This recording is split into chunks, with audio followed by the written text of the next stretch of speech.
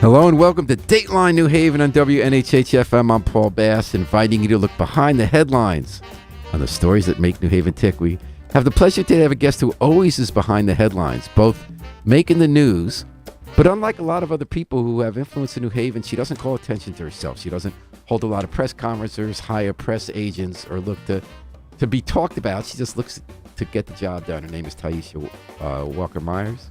She's the president of the Board of Alders, which is basically right up there with the mayor in terms of running things in New Haven. Tyisha, welcome to Dateline New Haven, and thanks for coming in. Thank you for inviting me. And I'm going to ask you to get real close to the mic, if you don't mind, when you talk, just not quite touching it. And something you told me really interesting before we went on the air is that, you know, you're so busy, you're everywhere in town, in a lot of rooms, a lot of small rooms, a lot of people. And I mean, you haven't gotten sick. I have since the pandemic started. I have not. I'm blessed. All God. I really appreciate it. I was very nervous in the beginning of the pandemic because I have underlying health conditions. I have not gotten sick. I keep my distance. I just came out of a mask in certain spaces, still require masks in a lot of spaces, constantly washing my hands and doing a lot of praying. And the truth is you're doing something right, because even if you do all those things, you're around everybody, and like half the world is sick right now. Right. Well, that's great, Tyisha. You know, that stays up. So how's this year go? We're closing up 2022. This is your 11th year, I believe, on the Board of Alders. You were a part of a group of people who ran together saying we want to bring a more labor and working focused, community focus to the board, and have the board really be a partner in governing. That just like in Washington, you have a Congress and a president, we were going to have a Board of Alders and a mayor, and they were going to run things together. How did this year go? Was it a successful year in that sense? Did you feel you got good work done? I feel like when you talk about success, it depends on who you're talking to and how it's viewed. I think every year on the Board of Alders is successful because we can always point to the good things that we're proud of, that we accomplished. This year has been a rough year on the Board of Alders.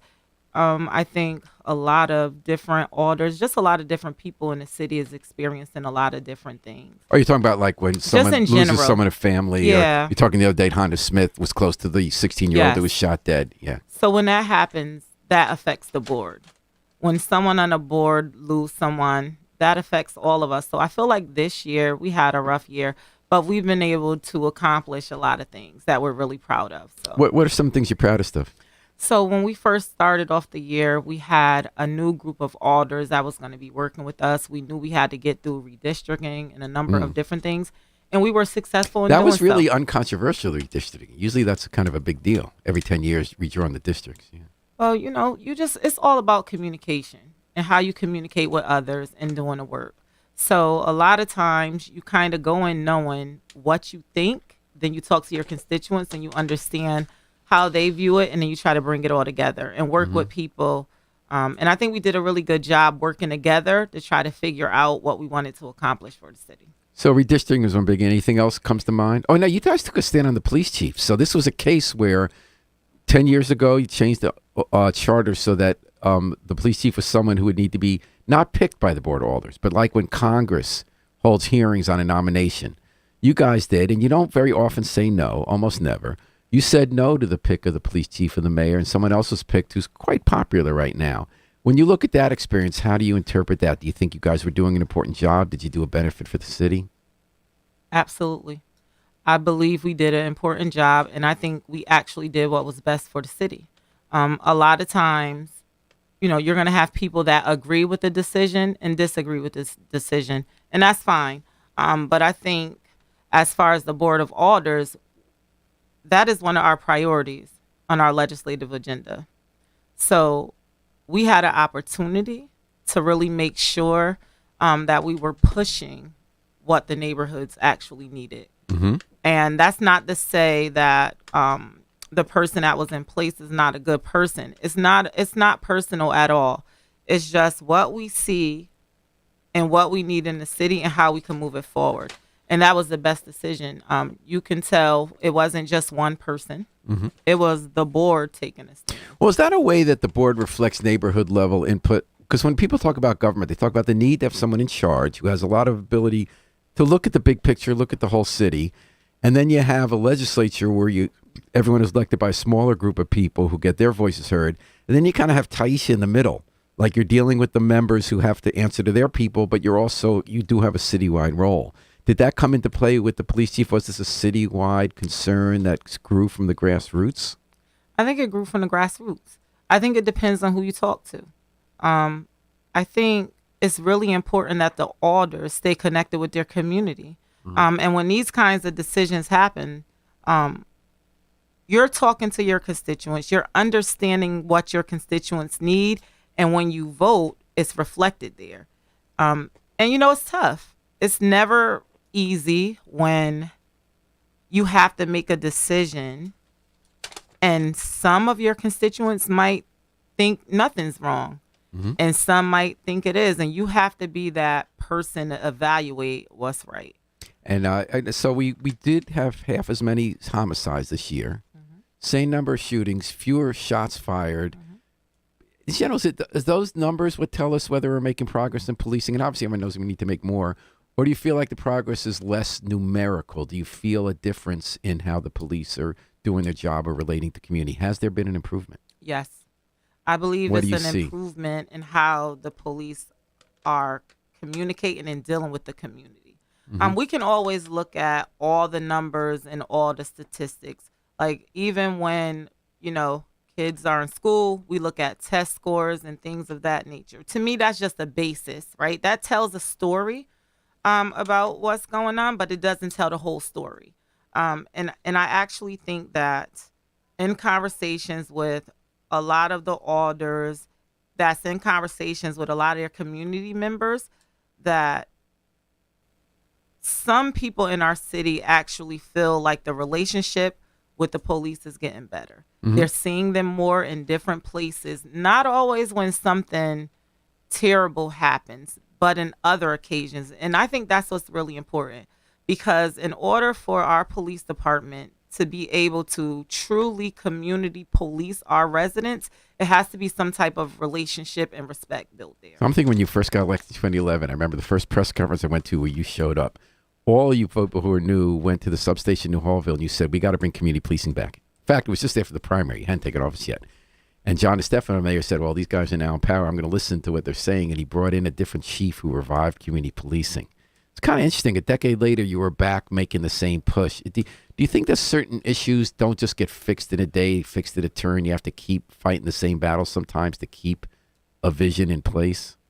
Because, you were saying the same thing a decade later. Absolutely. When I first came into office, I believed you could just snap your fingers and fix everything. But after being in office, I understand that it's a process to everything. And I believe things that's really important, you should always keep in the forefront. So that's how you make it better. So 10 years ago, I think what we envisioned community policing to be, I think is different today. How's it different? So when we talked about community policing, a lot of those conversations was strictly about having police walk the beat. Now we're talking about having police do untraditional things like forming and building beyond just like PAL programs and things of that nature, really connecting with the community and really understanding that it's so many different factors that go into why a person ultimately go out there and commit crime. And I'm not saying that police officers should be teachers and all of that stuff, but in essence, that's what we all are in our community. I feel like in order for us to have a city that we all could be proud of, we all have to do the work. We all have to do whatever it takes to make sure that our city is safe, our residents feel safe, and we want our police officers to go home at night to their families. And Tyisha Walker-Myers is the president of the Board of Alders. Been in office 11 years. She's doing a year-end wrap-up and a year-ahead look for us here on Dateline New Haven, WNHH, New Haven's home for community policing. You mentioned schools. That was a big issue this year. And again, numbers too. Like Eileen Chase, superintendent, said, numbers matter, but everyone kind of freaks out always saying there's some new reading number because the majority of the kids aren't reading at grade level. We had pandemic problems. But there's some numbers that are worse in New Haven than other places in the state, like absenteeism. There was an argument about whether we're using the old way of reading and whether the rest of the state and the country's moved on, and we haven't. When you look at all these many hours you personally spent in hearings this year, in meetings, about what are we going to do about the schools? Because New Haven is like everywhere else, and that kids are just freaking out, and teachers, teachers are leaving, people bouncing off the walls after the pandemic. After all that, Tyisha, the year of all this emotion, all these meetings, where do you come down now about the schools? Where are we at? What needs to be done? And what's going on? So I don't have all the answers, and I'm not going to pretend that I do. I do believe we have to have data, right? So we have to know the numbers, and we have to know be able to recognize the problem. But it's disheartening when I hear, well, we're not doing as bad as other places. I'm really not concerned about what's going on in other places. I'm concerned about what's going on in New Haven, Connecticut, because I know if children don't have adequate education, I know what that looked like for children that look like me. Mm-hmm. So I know what that looked like. So I'm concerned about how they are being educated and whether we're doing everything that we need to do for them. So we already recognized the problem. We said, COVID was an issue, but we're coming out of COVID. So we kind of can't keep saying COVID. We have to put things in place that's going to tackle the issue that we recognized that COVID was going to have on our children. Because I'm pretty sure we knew having kids out of school for a certain length of time could hurt some kids, but be beneficial to others, right? So you constantly have to be in this mind frame about thinking about how to be 2 steps ahead in what we actually need to do. Because every child learns different. I have 2 girls, both very smart, but they both learn different. And my mom was an educator. So I care a lot about What would you like to see? Now, there's a limit to what you can do. The alders Right. cannot make any individual decisions about schools. You do vote up and down once a year on the amount of money the city sends to schools, which is not their whole budget or even Right. most. And you do hold hearings. This year, you guys held hearings at the alders to bring these issues to light. What do you think's been accomplished? What needs to happen next specifically in your mind? I know you don't have all the answers, but you've made it clear here and in public that you think there's a problem, that we got to deal with the problem. What do we need to do? Not more broadly, like is the new superintendent a chance to pick a certain kind of person, or what do you want to see happen? So I think the new superintendent is the opportunity to do a total reset, right? Because whenever you have the opportunity to explain your vision to someone that is going to take either office or whatever position, it's your opportunity to do a total reset. I think the Board of Alders need to continue holding hearings and bringing to light the issues that the community is bringing to them as far as schools. I think the Board of Alders and the school system need to, and the Board of Ed need to develop a better working relationship and how we could tackle these issues together. Because we're on the ground too. We're not in the schools. We're not teachers and educators, but we're on the ground. We're connected to the community and the residents. So I think we can all do a better job at working on that relationship and how we can actually work together to accomplish some things. So I'm hoping that come January that we're actually working on those things of how we can work collaboratively together to address some of the issues. And one big issue you spent a lot of time on this year was affordable housing. And you folks passed a new law. We have an inclusionary zoning law that says downtown, if you're going to build new apartments, 10% have to be affordable, 5% in the neighborhoods. You feeling good about that? And how are you feeling about the overall boom in building? Are we on the right track? We need affordable housing in the city. Even working people, we're having a hard time finding housing in the city. So how you view affordable is different to different residents see affordable in a different way. I actually think we are on the right track because we're doing something. I think we need to do more, right? We always could do more, and we have to look at what we could actually do. But we have to figure it out. I grew up here. I want to be able to stay here. I want my children to stay here.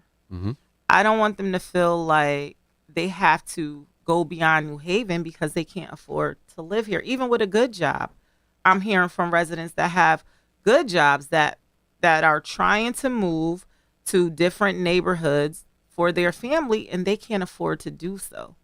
So we have to do a better job at figuring out what ways we could actually bring different types of affordable housing here, because we have workforce housing that could be an asset here as well.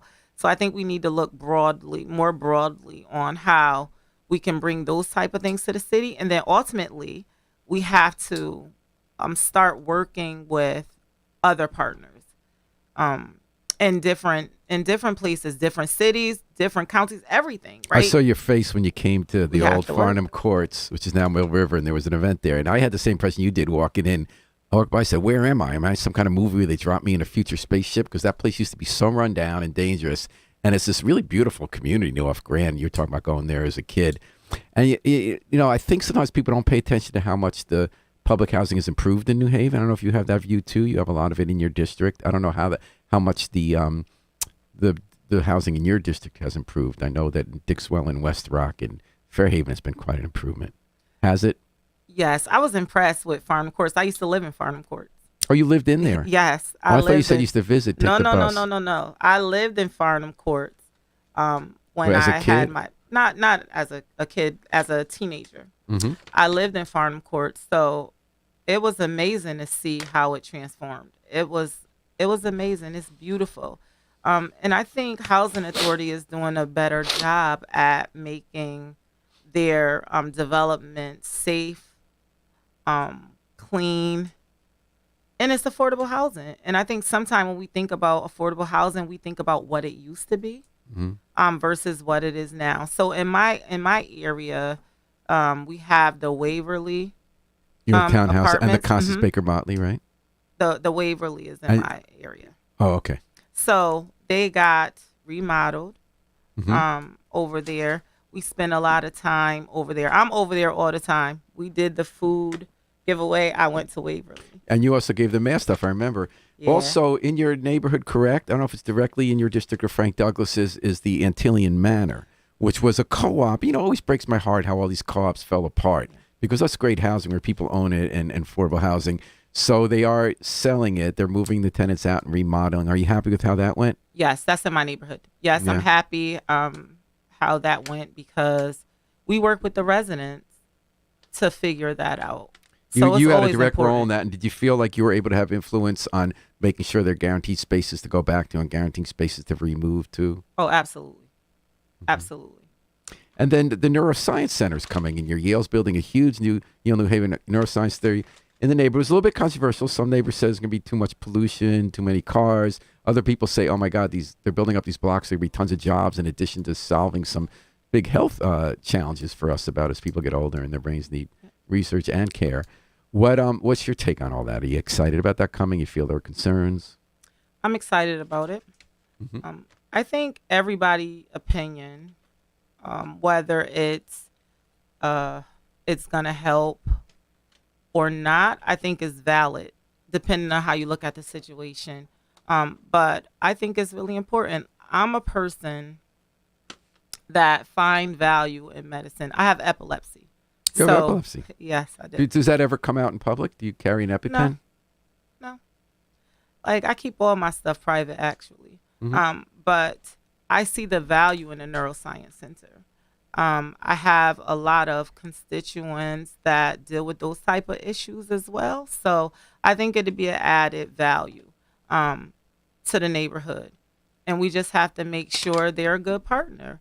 It's like with anything. Even if a neighbor moved right next door to my house, it could be a good thing or not such a good thing. It's just, we have to figure out how we could continue to move our community and our neighborhoods forward and hold people accountable. I think that's really what it's And what all are we going to do about. about the big landlords that there have been so many concerns about buying up the properties and not doing a good job? Big tens of millions of dollars to buy more property than the housing authority has to house people on Section 8. What do you think can or should be done about that? Well, one thing I think we have to do a better job at doing is getting people actually prepared to buy, right? Getting people prepared. And I know these mega landlords have tons of money. They come with all this money so they can buy up 10, 20, 30 properties at a time and things of that nature. But I think we have to get back to like community owning homes here. Because I think that's really important. Can the alders do that? I guess you have already worked on some kind of home buying projects. It's hard to get a lot of that done. It's hard to get a lot of that But done. there is money. And we're constantly looking at different ways. It just take a while, right? The things, I'm pretty sure if you ask any order like what the perfect New Haven look like to them, and if they had a magic wand, what they would want to happen, I'm pretty sure all of them will have different ideas, but a lot similar. It just take a while to accomplish the things that we're actually Let's go trying back to that. You talked about that at the beginning, about when you first went older, you thought you could just make it happen, snap your fingers, you know? So, Tyisha, you're 11 years in. How do you see it now? How do you feel your job? How do you like being the president of the board? What do you feel you can accomplish? What do you feel you'd like to be different? So, I like being a president of the board. I like holding the group together. I like being able to assist the alders if they need my assistance, and helping with their neighborhoods. I'm constantly thinking about the city holistically, not just for my ward, but Hmm. beyond my ward. So I really enjoy that. What would I like to be different? Or do you want to keep doing it? I mean, do you want to be doing this another 2 years, 5 years? You're going to keep running for reelection and running the board? I think about this a lot. It's a lot of hours. It's a lot of hours. It's a lot of time spent away from my family, but it's worth it when my constituents come and I can see where we used to be in the neighborhood and where we is now. So I don't know. I don't think about, I'm not one of those people that say, oh, in the next 5 years, I have to do this. Oh, in the next 10 years, I'm going to do this. I really don't work like that. I just continue to do the work. And if my community continue to elect me and I have the strength to continue representing them, that's what I'm going to do. I had other questions, but I got to tell you, that's kind of a nice way to end. What are you reading these days? You're a big reader. Oh, yeah, I am. So I'm reading a book called I Remember. And it's amazing. I started reading it, got it right off of Amazon. The author, I know the author's daughter. I'm blanking on her name right now. But it is amazing. What's it about? It's about her life. I love reading stories about people's lives, because those are the things that captivate I remember you me. telling me that it was at a young age where books sort of became your portal to the wider world. And that's kept up. Kept up. I read all the time. I find time to read because I think it's really important. I make sure I have a granddaughter. She's 3 years old. I've seen her with you everywhere. She literally reads like she's in first grade. She can read anything. And I think reading is so fundamental and important. So I make sure she's reading everything because a lot of times people hide knowledge, in my opinion, in different places. So I want to find it. I want to read everything, even things that I really don't like too much. I still read it. I like watching, everything interests me. I liked watching your world from a distance, because you don't speak much to the press. I like watching how your world expanded when you became president of the board. You went to China. You've learned to go from representing your neighborhood to keeping a citywide board together. You've been negotiating on big deals. Is it exciting to have your world brought in that way? Is it like reading a book and taking an adventure to a new world? Yes, it's like writing a book. Each chapter is different. I look forward to it. I love it. I actually love representing people. I think that's why I don't talk to the press a lot, or I'm not always out there jumping up talking about me, because I really don't feel like it's about me. I get my excitement and my gratification from making other people happy.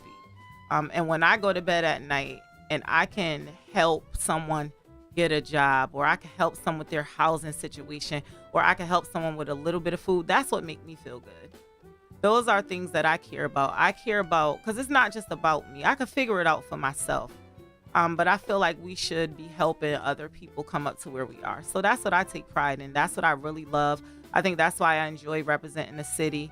I love the city of New Haven. I had plenty of opportunities to leave here, and I chose not to, because I really love it.